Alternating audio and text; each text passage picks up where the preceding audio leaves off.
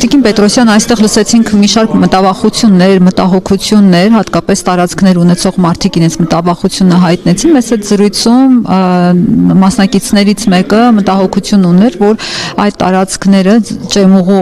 հետևանքով վերցնելու են իրենց ձեռքից, այդ հողերի նկատմամբ իրենց վերահսկողությունը կորցնելու են ու հետո այդ տարածքները հայտնվելու են այլ մարդկանց ձեռքում։ Դուք կասեք, այս մասով ինչ լուծումներ կան եւ տարածքի Ջեմուղու հետևանքով տարածքում քանի օբյեկտ է քանդման ենթակա։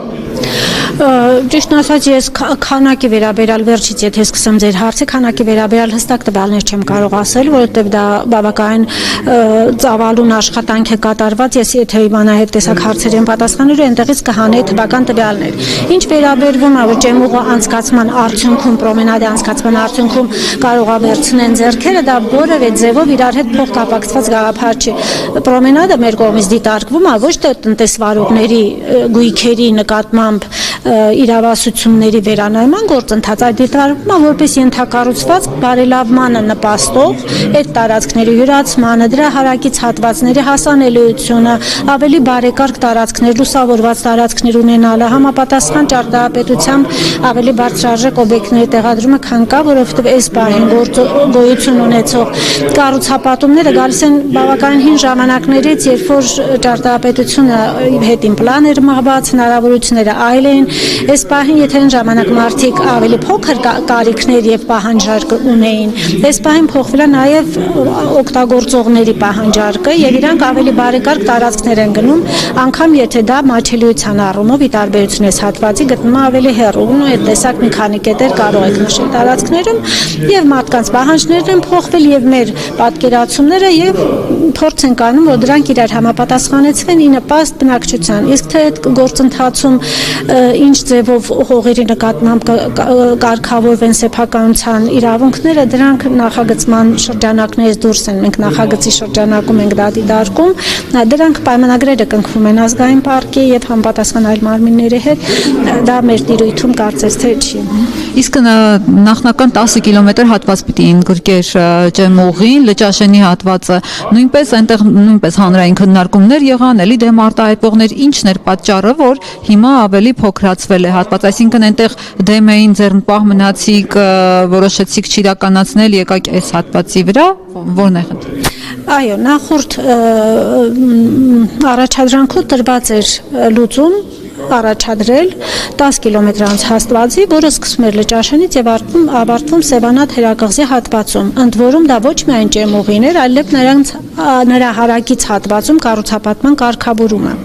առաջարկելով ավելի միասնական լուծումներ, առաջարկելով այն տեսակ օբյեկտներ, որոնք շուրջ տարեգործառնություն կունենան եւ հնարավորություն կստեղծեն սեզոնը բավականին երկարացնելու, եկամուտները ապահովելու համար։ Ընդ որում նրա շրջանակում եւս դիտարկվել էր ներկայումս գործող տնտեսվարողներին ոչ թե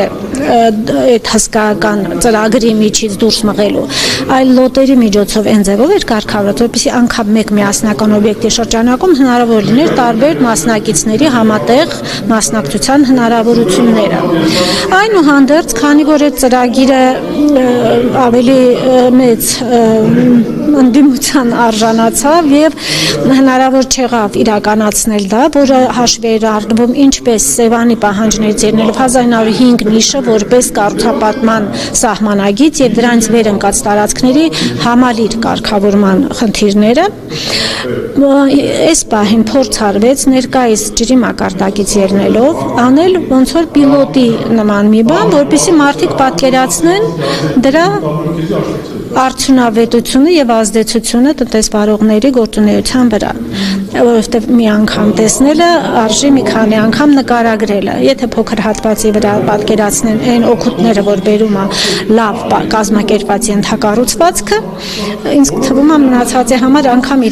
իրենց առաջարկություններով հանդես կգան, որպեսզի այս հատվածն լինի շարունակվի եւ անգամ ամբողջ պտույտով փակվի այդ ջեմուղիների համակարգը, որովհետեւ դա տարածք որը ստեղծում է մարդու շարժումը ավելի հարմարավետ լուսավոր, բարեկարգ տարածքներով։ Իսկ այս քննարկումից դուք ինչ հետևություններ արեցիք մարդկանց լսելով, սևանցիների կարծիքը լսելով, ինչ հետևության եկավ։ Կարծիքներ բազմաթիվ արտահայտվեցին, եթե դրանցից դիտարկենք նրանք, որոնք առնչվում էին բուն նախագծին, այդտեղից կարելի է առանձնացնել Մաքրման կայանի անհրաժեշտությունը, որը իհարկե նախատեսված է այն մասով, քանի որ տվյալ դեպքում մենք դիտարկում ենք միայն ճեմուղու կառուցումը, ճեմուղին իրենից նման արտանետումներ չի առաջացնում, թեև ֆիլտրների համակարգ եւ մակերեսային ջրերի հեռացման կազմակերպված համակարգ առաջարկվել է նախագծի շրջանակում եւ վերելակի շրջանակում, քանի որ այնտեղ կա տեղեկատվական կենտրոն եւ այլն, այդ հատվածում նախատեսված է մաքրման կայան արդեն իսկ այդն։ Հաջորդը գնահատելու համար տնտեսվարողների հողամասերի վերաբաշխման խնդիրները,